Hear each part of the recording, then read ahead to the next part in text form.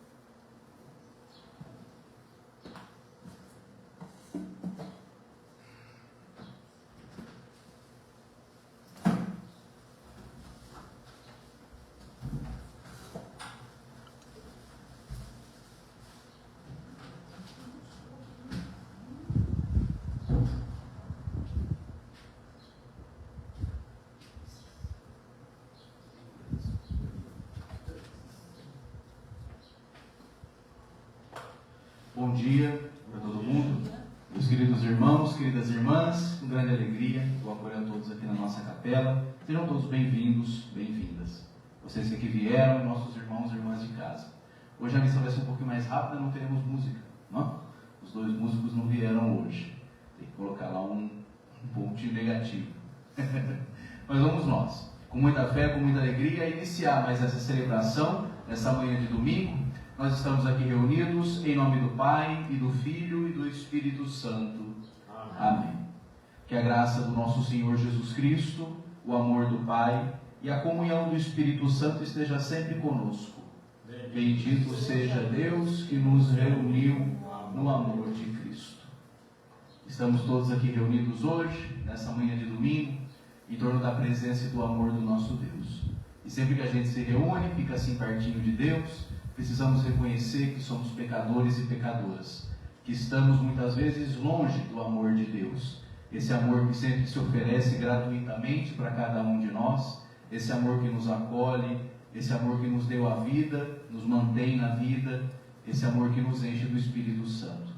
E é por muitas vezes não correspondermos a esse amor que devemos reconhecer que somos pecadores e pecadoras, não somos seres perfeitos. Erramos, cometemos erros, excessos na fala, nas ações, no trato com o nosso semelhante, e Deus sempre nos dá uma nova oportunidade de recomeçarmos. Cada dia que a gente acorda, quando a gente abre os olhos, é uma nova oportunidade que Deus está nos dando. E vamos ser gratos por isso. Então, fechando os olhos nesse momento, vamos buscar um momento de interiorização, de pacificação do nosso ser. Vamos evitar distrações, pensamentos que não sejam de atenção. Atenção e escuta ao Evangelho, ao que estamos celebrando, a comunhão que estamos fazendo nesse momento. Que nesse silêncio interior, Deus possa falar a cada um de nós. E falar especialmente aquilo que nós precisamos ouvir. E para que possamos ter o ouvido e o coração e a mente abertos, acolhedores, receptivos à palavra de Jesus, vamos pedir perdão ao Pai, por muitas vezes não correspondermos ao seu amor.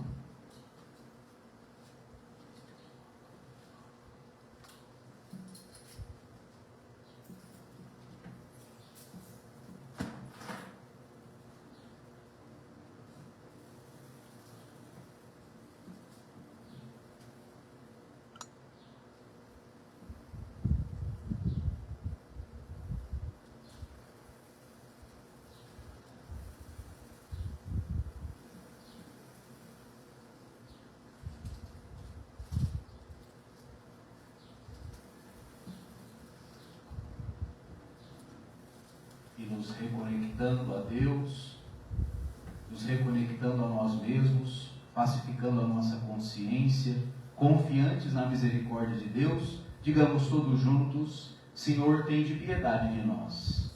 Senhor, tende piedade de nós. Cristo, tende piedade de nós. Cristo, tende piedade de nós. Senhor, tende piedade de nós. Senhor, tende piedade de nós.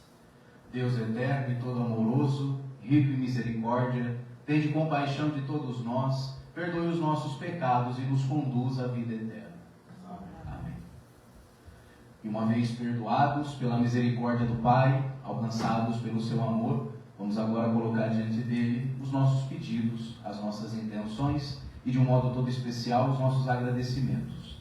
Nós estamos aqui hoje e precisamos ser gratos a Deus por mais esse dia que Ele nos dá, por mais essa semana que Ele está nos oferecendo. Então vamos assim colocar diante dele o nosso coração agradecido. E antes de pedir qualquer coisa a Deus, vamos agradecer a Ele. E se alguém tiver alguma intenção para a gente rezar aqui em comunidade, esse é o momento.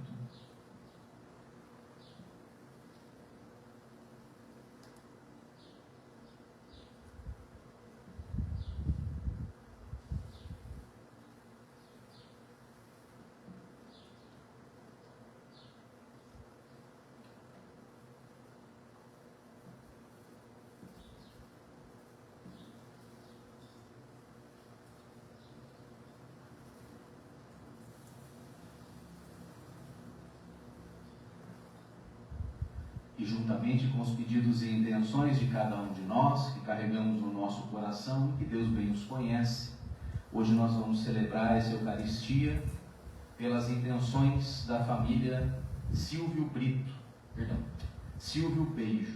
Tá? Foi um velório que eu fiz do seu Silvio no começo da semana passada, né? Na segunda-feira, e então a gente reza pela família do seu Silvio Beijo, né? Para que eles sejam confortados com a esperança da ressurreição. E também pela saúde do pastor Marcos, que é irmão da Ana Maria de Recife, que é amiga do Luiz, aqui da nossa comunidade. E o pastor Marcos está assim, aguardando aí resultados de exames. Então vamos orar por ele, certo? E reunindo os nossos pedidos e intenções, oremos. Senhor Pai Santo, nós estamos aqui reunidos hoje como comunidade de fé, porque queremos aprender mais com Teu Filho Jesus e nos reabastecer com a Eucaristia, alimentar a nossa alma e o nosso coração de fé, de esperança e de amor, e que essa semana se inicie com o nosso ânimo renovado. Amém. Amém. Podemos nos sentar.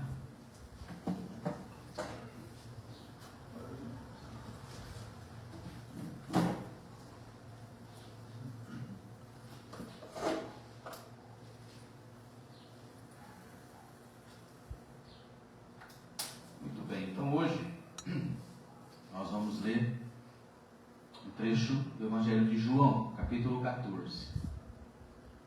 Diz assim: Naquele tempo, Jesus disse aos seus discípulos: Que o coração de vocês não fique perturbado. Vocês creem em Deus, acreditem também em mim. Na casa de meu Pai há muitas moradas. Se assim não fosse, eu lhes teria dito. E quando eu for preparar um lugar para vocês, voltarei e levarei vocês comigo, para que onde eu estiver, vocês também estejam. E para onde eu vou, vocês já sabem o caminho. Tomé, um de seus discípulos, lhe disse: Senhor, nós não sabemos o caminho. Jesus respondeu: Eu sou o caminho, a verdade e a vida. Ninguém chega ao Pai a não ser por mim. Se vocês chegaram a me conhecer, conhecerão também a meu Pai. Desde agora vocês estão conhecendo e vendo. Filipe disse a Jesus: Senhor, então mostra-nos o Pai, e isso nos bastará. Jesus respondeu: Filipe, já faz tanto tempo que estou no meio de vós, e você ainda não me reconhece? Quem me vê, vê também o Pai. Como é que você pode me dizer, mostra-nos o Pai? Você não acredita que eu estou no Pai e que o Pai está em mim? As palavras que eu vos digo, não as digo por mim mesmo. É o Pai que permanece em mim, e é Ele quem realiza as minhas obras. Acreditem em mim. Eu estou no Pai e o Pai está em mim. E se não for por outra razão, acreditem ao menos pelas obras que eu faço. E eu garanto a vocês, quem acredita em mim fará as obras que eu faço, e as fará ainda maiores, porque eu vou para o Pai. E o que vocês pedirem em meu nome, eu vou fazer, para que o Pai seja glorificado no Filho. Se vocês pedirem alguma coisa em meu nome, eu vou fazer. E essas são para nós hoje palavras de salvação. Glória a vós, Senhor. Vamos então conversar um pouquinho sobre esse trecho do Evangelho de João.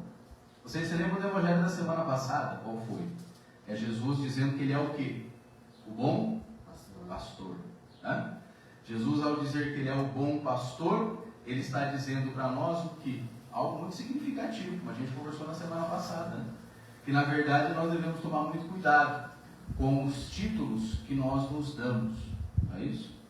A gente conversou sobre o título de sacerdote. É um título que a gente nomeia alguns líderes religiosos, mas a carta aos Hebreus diz que Jesus foi o único e sumo sacerdote diante de Deus.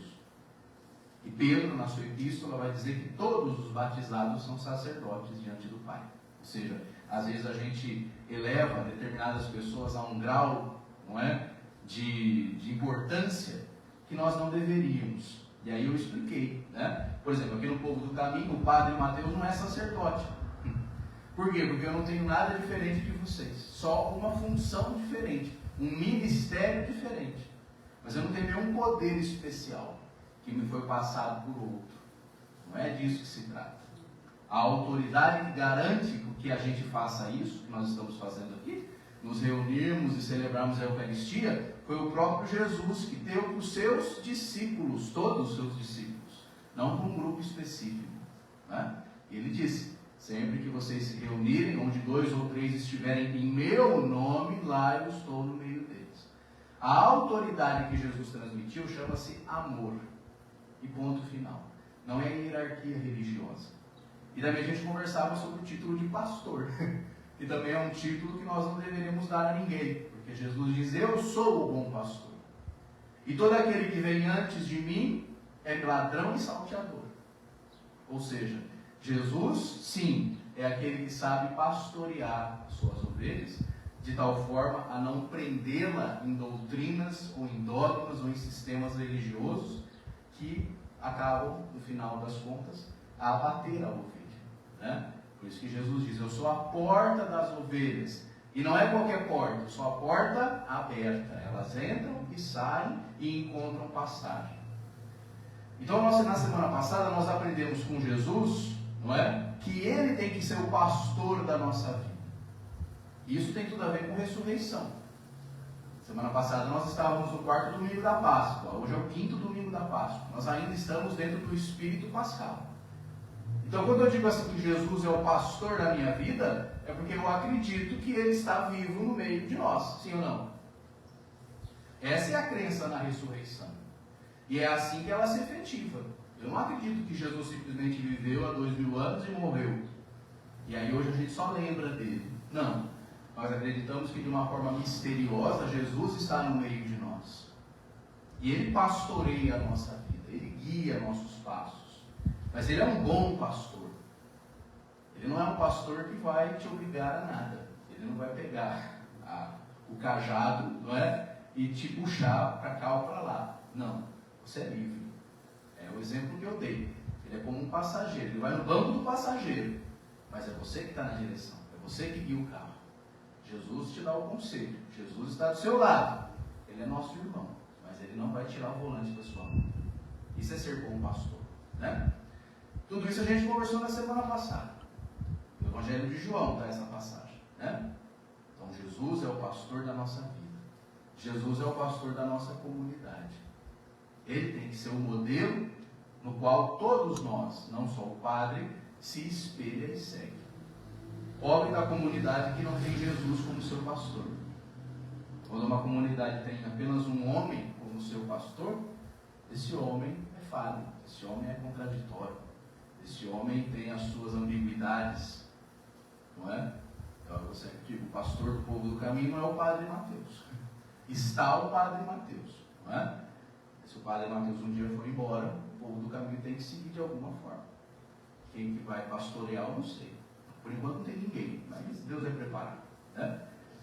Deus vai preparar. Então quer dizer o quê? Trocando em miúdos, não é? Quem crê que Jesus está vivo também crê que Jesus segue e guia nossos passos. Ele é o nosso pastor, ele é o nosso exemplo. E no evangelho de hoje, nós precisamos tomar um pouco de cuidado com esse evangelho, viu? Essa passagem. Por quê? Porque é uma passagem muito mal interpretada pelos líderes religiosos. A passagem do bom pastor nem se fala, porque eles evitam até ler, né? Porque Jesus deixa muito bem claro: todo aquele que veio antes de mim é ladrão e salteador. É que ele não viu o que veio depois dele.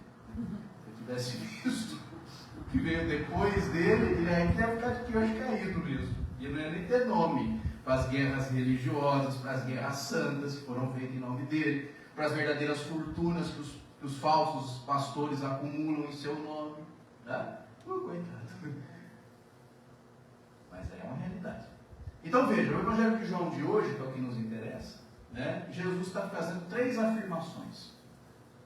Uma mais, digamos assim, chocante que a outra. Não sei se vocês prestaram atenção, mas nessa pequena passagem que nós lemos, no capítulo 14, Jesus fez 3 afirmações. Ele disse: na casa de meu pai há muitas moradas. Ele disse: eu sou o caminho, a verdade e a vida. E ele disse: quem me vê, vê quem? Vê o Pai. São 3 afirmações chocantes. Então a gente tem que entender elas muito bem, para não entender errado. Então vamos lá. O Evangelho começa com Jesus num discurso de despedida. O capítulo 14 do Evangelho de João é todo um discurso onde Jesus está dizendo para os seus discípulos: olha, pouco mais e eu não vou estar mais no meio de vocês. Então Jesus está preparando os seus discípulos para isso. E ele começa dizendo: olha, eu vou, mas não fiquem preocupados. Não perturbe o coração de vocês. Não se encham de angústia. Porque eu vou para junto do Pai. Mas saibam, na casa do meu Pai tem muitas moradas. E se não fosse assim, eu teria dito para vocês. E como é que nós aprendemos a ler esse texto? A interpretar esse texto? Como o cristianismo católico ou protestante lê essa passagem? Como se Jesus estivesse falando do céu, não é isso? Na casa do meu pai tem muitas moradas. No céu tem muitas moradas. Mas não é isso que Jesus quis dizer. Ou pelo menos não é só isso que Jesus quis dizer. Primeiro porque, como a gente conversou, Jesus nunca deu detalhes de como é a vida depois daqui. Nunca deu. Tá? Segundo, Jesus nunca se ocupou demais em explicar para os seus discípulos as coisas vinculadas ao mundo espiritual. Porque a preocupação de Jesus não era essa. A preocupação de Jesus e o centro da sua pregação é o reino de Deus. E esse reino de Deus que Jesus anuncia não é uma realidade para depois da morte. É também, mas não só. É uma realidade que precisa acontecer aqui. E isso é tão verdadeiro que Jesus morre crucificado por conta do que ele dizia. Se Jesus falasse só do céu, do paraíso, das coisas espirituais, ele não ia incomodar ninguém. Ia? Não incomodar ninguém. Roma jamais ia ter se incomodado com um homem que se preocupava só com a vida depois daqui. Por que é que Roma se incomodou com Jesus? Porque esse reino que ele anunciava tinha que começar aqui. E tinha que começar com uma mudança na estrutura social. Uma inversão na pirâmide social. E ele mesmo vai dizer isso, do jeito dele. Não é? Os de cima vão para baixo, os de baixo vão para cima. Os últimos são os primeiros, não é isso que Jesus disse? Os primeiros são os últimos. Os que riem chorarão, os que chorarão se saciarão. Por aí dentro. Então esse discurso do reino de Deus aplicado na realidade social incomoda. É por isso que Jesus é morto. porque o discurso, a pregação dele tem a ver com o aqui e agora. E confronta o poder religioso e confronta o poder político. Perfeito? Então, quando Jesus diz assim, olha, dentro em breve eu não estou mais no meio de vocês. Dentro em breve eu vou ser arrancado do meio de vocês. Eu vou ser morto. Mas ânimo, porque na casa de meu pai tem muitas moradas. O que ele está querendo dizer com isso? Vamos entender então. Primeiro, na mentalidade judaica, lá do tempo de Jesus, a casa de Deus tinha muitas moradas? Sim ou não? A cabeça do judeu, de 2000 anos atrás, a casa de Deus tinha muitas moradas? Não. Tinha uma só. Aonde estava? Em Jerusalém. No templo de Jerusalém. Lá era a casa de Deus. O resto do mundo? Não. Então, veja bem. Por isso que o Evangelho tem que ser contextualizado. Nós temos que ler esse texto como se nós fôssemos ouvintes de 2000 anos atrás. Quando Jesus diz assim, eu vou para junto de Deus, mas não fiquem aflitos, porque na casa do meu pai tem muitas moradas. Basicamente Jesus está dizendo assim, eu não sou a única morada de Deus. E não é por eu já não estar mais no meio de vocês, que vocês estarão desamparados. Porque a casa de meu pai tem muitas moradas. Quantas moradas tem a casa de Deus segundo Jesus? Quantos habitantes existem no planeta Terra? 6 ou 7 bilhões? Quase 8. Quase 8? Então pronto. Quantas moradas tem a casa de Deus? 8 bilhões de moradas. Só que a gente foi acostumado a pensar que Jesus é a única morada do Pai. Não é? Que Deus habitava só nele, exclusivamente nele. Só que nunca foi isso que ele disse. Nunca foi isso que ele disse. Primeiro, porque ele ensinou a gente a chamar Deus de Pai nosso, não Pai meu. Segundo, que ele disse que o reino de Deus habita todos nós. Deus habita todo ser humano, e não construções de pedra e tijolo. Então, quando Jesus diz assim, eu logo não vou estar mais no meio de vocês, mas não desanimem, porque a casa do meu pai tem muitas moradas, é como se ele dissesse, depois de mim virão muitos outros, que também são habitação de Deus. Vocês podem ser habitação de Deus. E a prova disso é o final do Evangelho, quando ele diz o que para os seus discípulos? Tudo isso que eu fiz, todas as obras que eu fiz, só eu fiz? Jesus diz. Não, vocês também podem fazer. E muito mais do que eu fiz. Isso é muito sério, gente. Jesus aqui está dizendo, nada do que eu fiz, vocês não podem também fazer. Portanto, Jesus é um espelho para nós. Nós temos que imitá-lo. Quando eu digo que a gente tem que imitar Jesus, estou falando sério. Não é um modo de dizer. A gente sempre pensa Jesus como um ser inalcançável, né? Uma coisa que a gente nunca vai alcançar. Ele está dizendo, vocês podem e podem mais ainda. Mas vocês têm que entender que vocês são morada de Deus. E viver de acordo com isso. Viver de acordo com isso.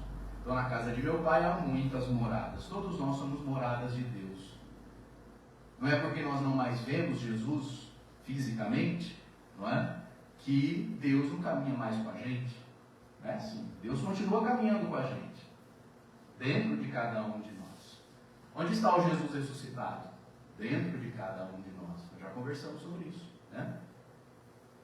No estrangeiro, na Eucaristia, dentro de cada um de nós, na fé. São lugares onde nós encontramos Jesus e Deus ressuscitado. E o segundo momento, os discípulos ficam meio confusos com isso que Jesus está dizendo. E ele fala, bom, e para vocês entenderem isso que eu estou dizendo, que na casa de meu pai tem muitas moradas, vocês já sabem qual é o caminho para entender isso. Aí Tomé, que é um discípulo assim, como nós já conversamos, extremamente crítico. Tomé é um dos discípulos de Jesus mais críticos. Ele era extremamente perspicaz. E ele tem a coragem que os outros não têm. De dizer assim, nós não sabemos o caminho. Porque às vezes, não é? Todo mundo finge que está entendendo. Não é isso? Tem medo, às vezes, de questionar, né? De perguntar. Está entendendo nada. Tem medo de perguntar. E Tomé tem a coragem de falar: Senhor, desculpa, nós não sabemos o caminho. E aí Jesus diz uma frase muito linda, né? Uma das mais bonitas do Evangelho. Ele diz: Tomé, eu sou o caminho, a verdade e a vida. Eu sou o caminho, a verdade e a vida.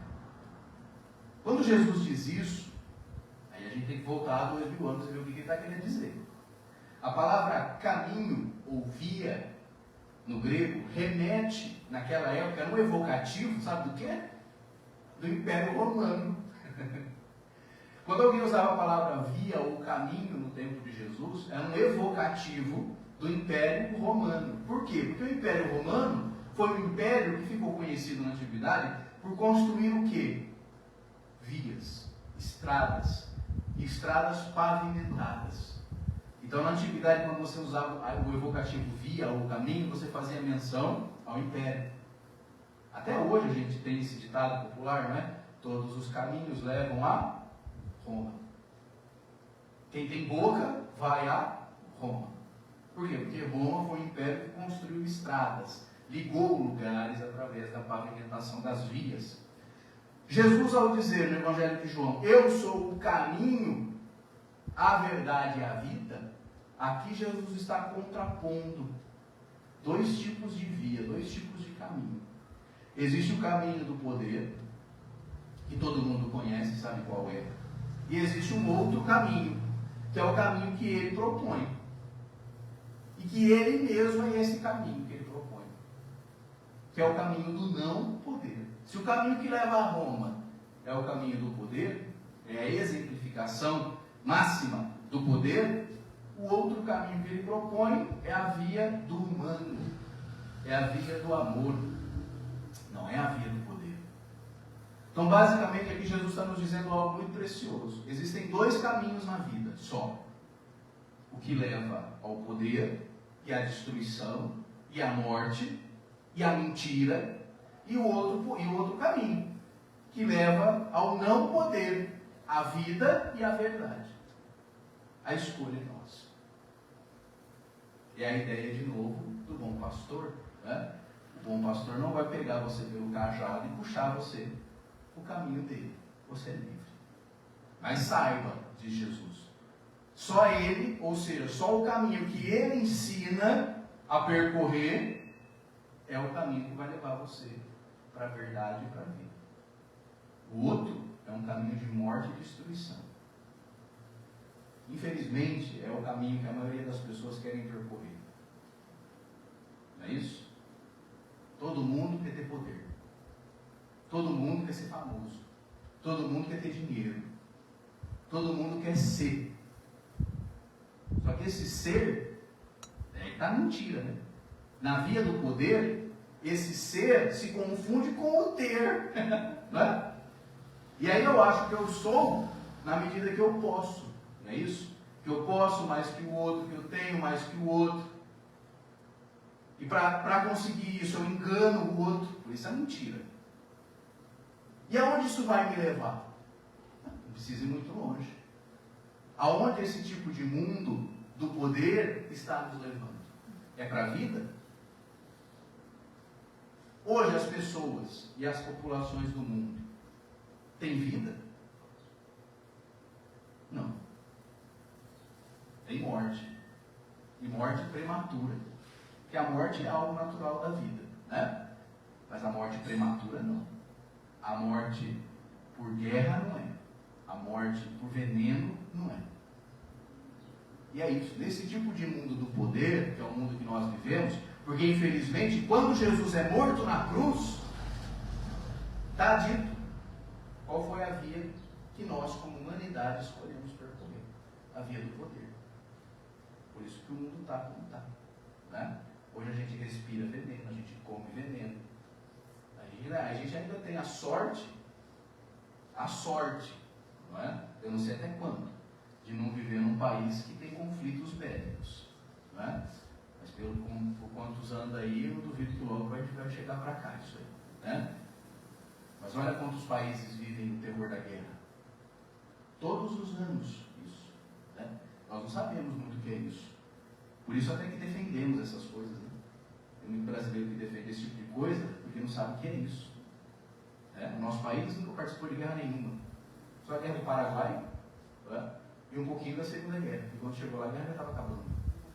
Então a gente não sabe o que é isso. Por isso que tem gente que relativiza isso.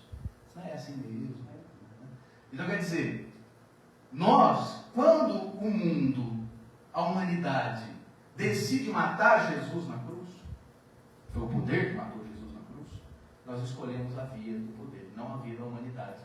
Por isso que nós escolhemos hoje as consequências disso. Mas dá para reverter. Dá para reverter. Mas para reverter isso, eu preciso começar a me perguntar qual é a via que eu percorro na minha vida. Quais são as escolhas que eu faço? Qual é o caminho? Aonde eu ponho o pé para andar? É no poder? Cuidado. Se você busca isso, você pode chegar à destruição e à morte. E uma vida de mentira. Porque não é raro a gente ver que pessoas que percorreram esse caminho chegam no fim da vida e dizem assim: ah, eu vivi uma vida de mentira. Minha família é uma mentira, meus amigos são uma mentira, minhas relações é uma mentira. Por quê? Porque percorreu a via da mentira. O poder é a via da mentira. Mas Jesus oferece uma outra via, que é a via da verdade e da vida. Só que para percorrer por essa via, você tem que aprender a buscar outras coisas, almejar outras coisas, e não o poder. O poder sempre mata. O poder sempre destrói. E quando eu falo poder, eu não estou falando só de cargos de poder, não, tá? Eu estou falando dos pequenos poderes que a gente busca na vida, sabe? Dentro da empresa que eu trabalho, aquele cargo que eu quero, quando eu chego lá eu piso nos outros, sabe? É aquele poder que eu exerço na minha família, porque eu sou autoridade, então eu exerço nos meus filhos, eu exerço na minha mulher. Poder macho, poder.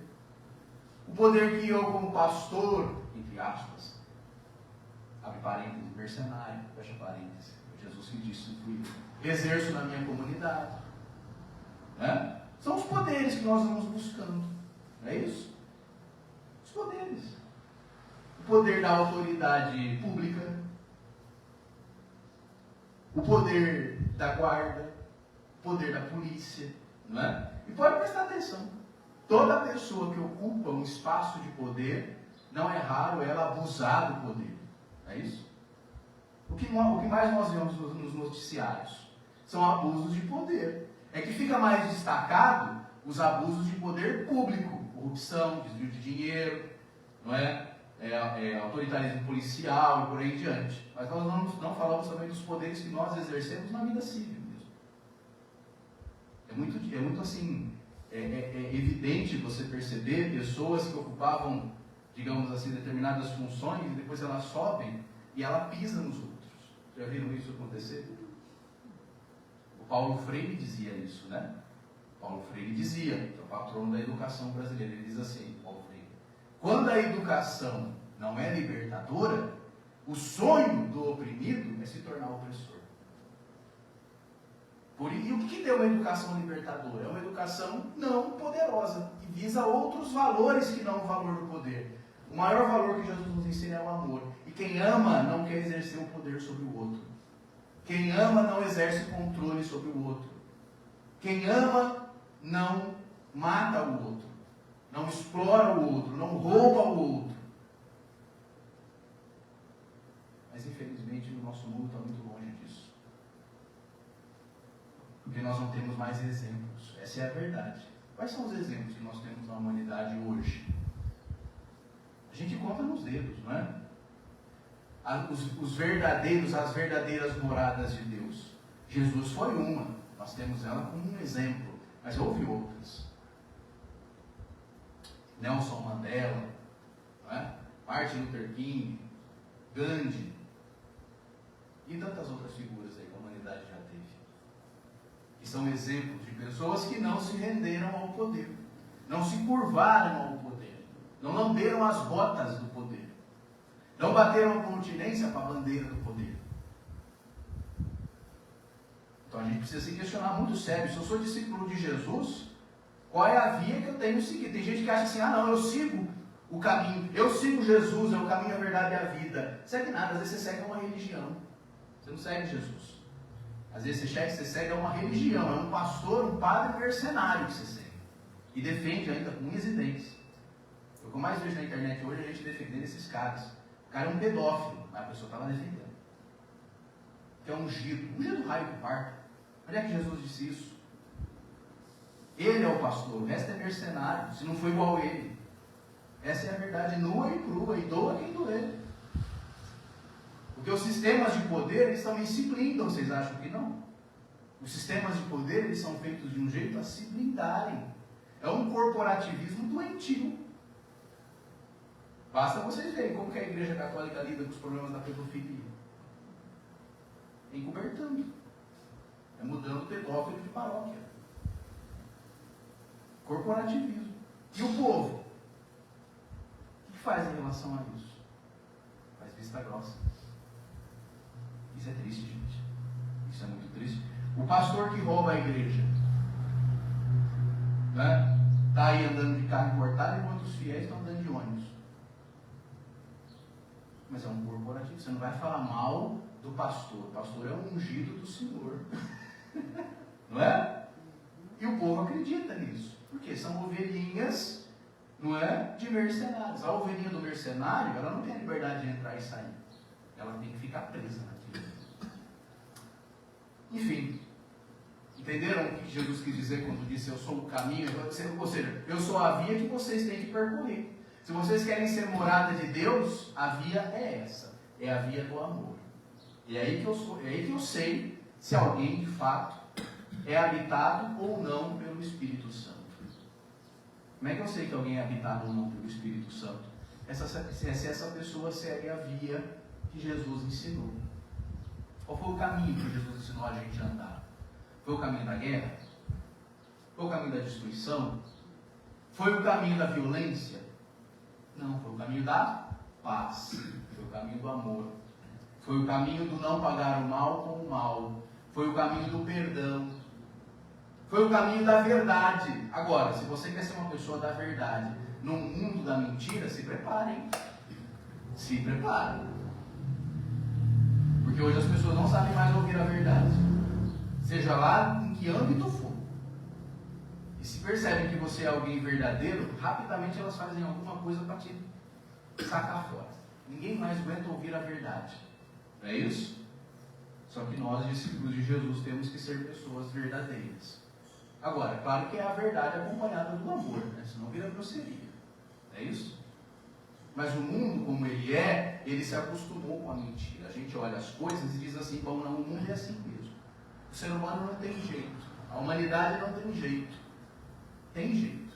Se a gente quiser, tem jeito. Mas tem que ir, tem que botar o pé na via que Jesus ensinou. Não em outra. E aguentar o trampo. Porque o trampo vem. Você tem que estar firme. E depois de dizer tudo isso, como é que vocês acham que ficou os discípulos?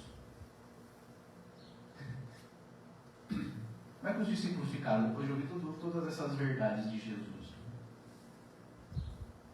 Não ficaram contentes. Eu ser morada de Deus? Deus habitar em mim? Não. Aqui que Filipe pergunta para Jesus: Senhor, mostra-nos o Pai.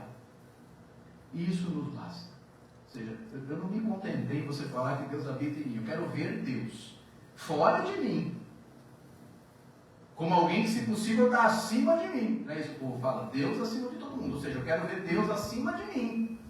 Eu não quero um Deus dentro de mim. Porque um Deus dentro de mim implica que eu o quê? Mude. Que eu me converta. Que eu seja, de fato, morada do Espírito Santo. Agora, um Deus fora de mim? Não, ele está fora de mim. O máximo que ele pode fazer é me salvar. Não é assim? O povo acredita? Não é? É um Deus que está fora, que está acima de mim. Então ele me salva, ele me abençoa. Não é isso?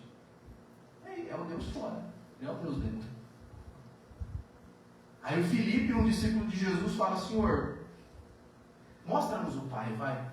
Esse papo aí não vai. Esse negócio de Deus dentro, o reino de Deus dentro. A gente quer o reino de Deus fora. A gente quer o reino de Deus na paulada. Do Messias que vem e estrala o chicote. Por isso que a gente está aqui. Então mostra-nos o Pai. Ou seja, dá uma prova aí que esse Deus que o Senhor está falando existe mesmo. E que na hora que a gente precisar dele lá, ele vai aparecer e ele vai salvar a gente. Essa é a mentalidade dos discípulos de Jesus, porque era a mentalidade judaica e é a mentalidade cristã hoje em dia. É o Deus que vai me valer na última hora. É o Deus que vai me salvar na hora derradeira.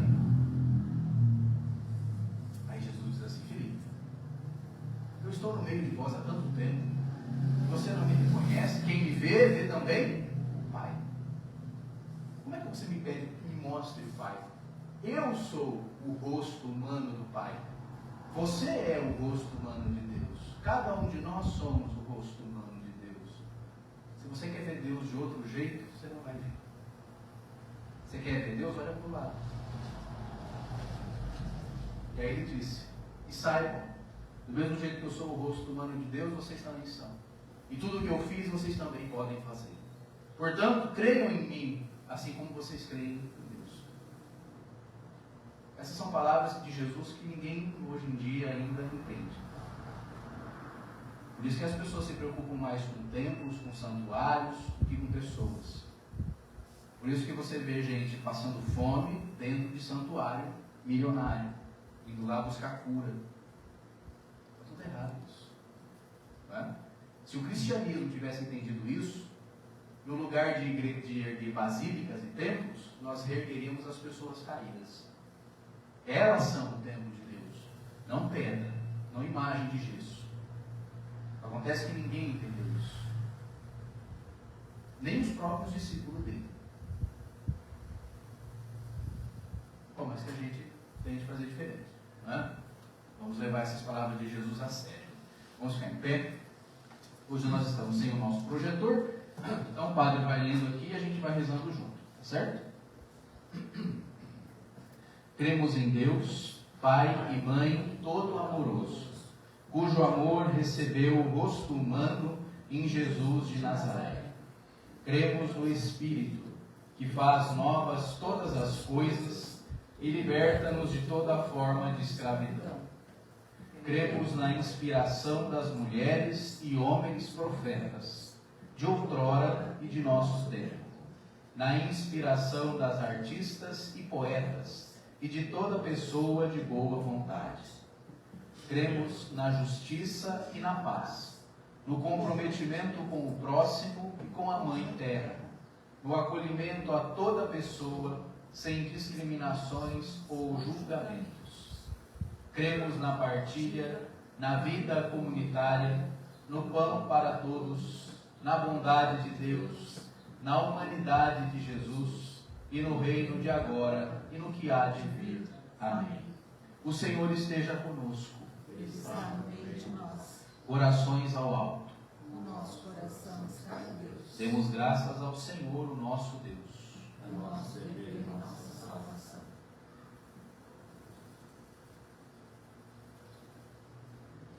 Em nome do Mestre Jesus, de seu amor inclusivo, como irmãos e irmãs, povo, gente do caminho, nos reunimos ao redor da sua mesa e fazemos a memória da sua vida e da sua mensagem de amor, libertação e salvação. Por isso, em teu nome, pedimos a Deus, Pai e Mãe todo amoroso, que abençoe este pão e este vinho, derramando sobre eles o vosso Espírito. Na noite em que ia ser entregue, enquanto ceava com seus amigos e amigas, Jesus tomou o pão, deu graças, o partiu e o entregou, dizendo: tomai todos e comei. Isto é o meu corpo, que por amor será entregue a cada um de vós. Fazei isto em memória de mim.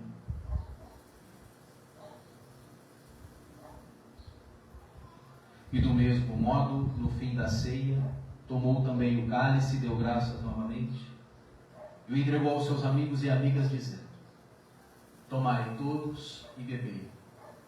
Este é o cálice do meu sangue, o sangue da nova e eterna aliança, que será derramado por vós e por todos para a remissão dos pecados.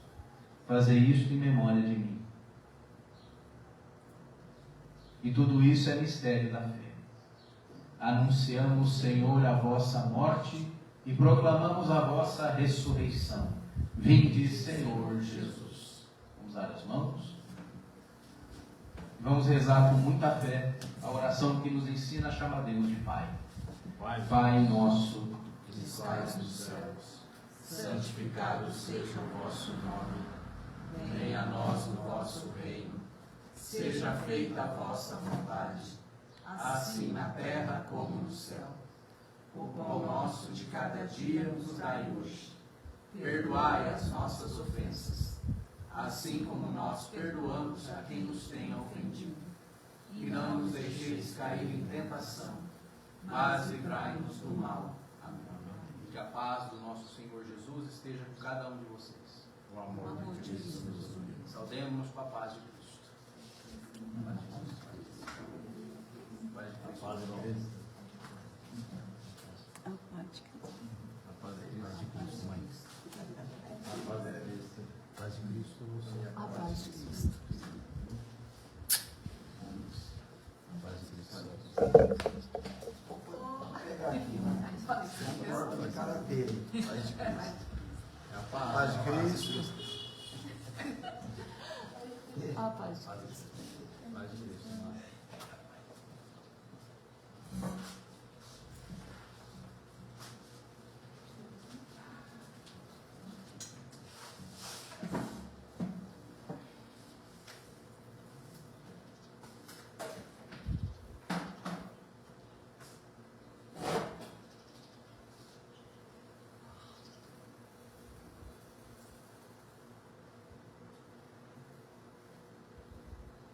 Felizes somos nós, os convidados para esta ceia santa, a ceia do Senhor. Eis aqui Jesus, eis o Cordeiro de Deus que tira o pecado do mundo.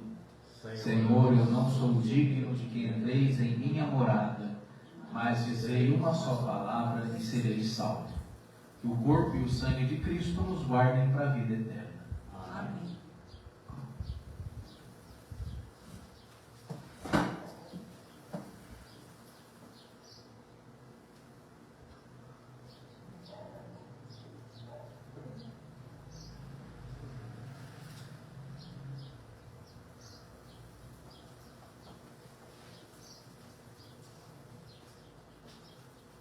Corpo de Cristo. Corpo de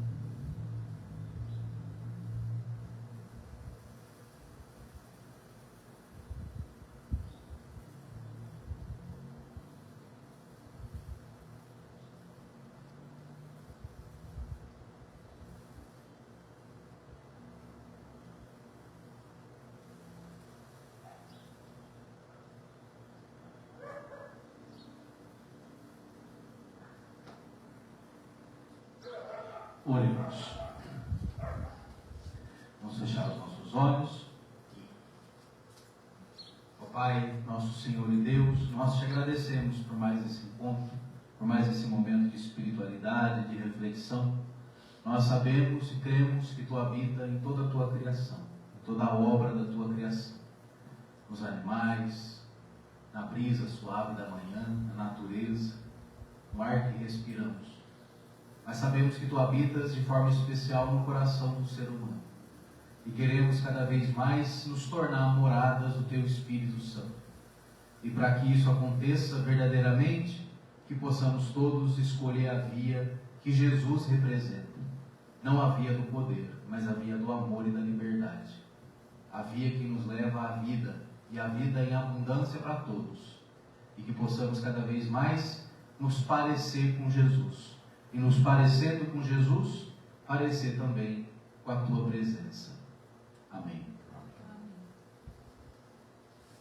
Muito bem. Alguns avisos. A Giovana está precisando de fralda. Vocês viram lá no grupo? Então é aquela mesma fralda lá, que é antialérgica, né? E vocês sabiam que ela está com 23 anos? 23 anos tem a Giovana. É isso, não é? O Luiz falou, né? Pois é. E a fralda que ela usa, então, é a Big Frau G. É isso, gente. Eu vou mandar lá no grupo de novo, mas aí vocês podendo, tá? Vocês podem fazer o Pix direto para a mãe dela, tá lá o Pix lá no grupo, né? Na mensagem, que a Denilza, ou traz a fralda aqui nas missas, que depois eu vou levando lá, tá certo? Ela disse que prefere a doação em fralda, tá? Então, podendo, façam essa doação, tá joia? E todo começo de mês a gente tem que acertar nossas contas, então também façam uma forcinha para estar contribuindo aqui para a nossa capela, tá certo? Então uma dupla missão esse mês, hein? Contribuir para a comunidade e a fralda da Giovana. Vamos colocar a mão no bolso, por boas causas, não é? O Senhor esteja conosco, Ele está no meio de nós. Abençoe-nos o Deus que é todo amoroso, Ele que é Pai, Filho e Espírito Santo. Amém. Eu desejo a todos um santo domingo e uma ótima semana. Vamos em paz, que Jesus nos acompanhe. Graças a Deus.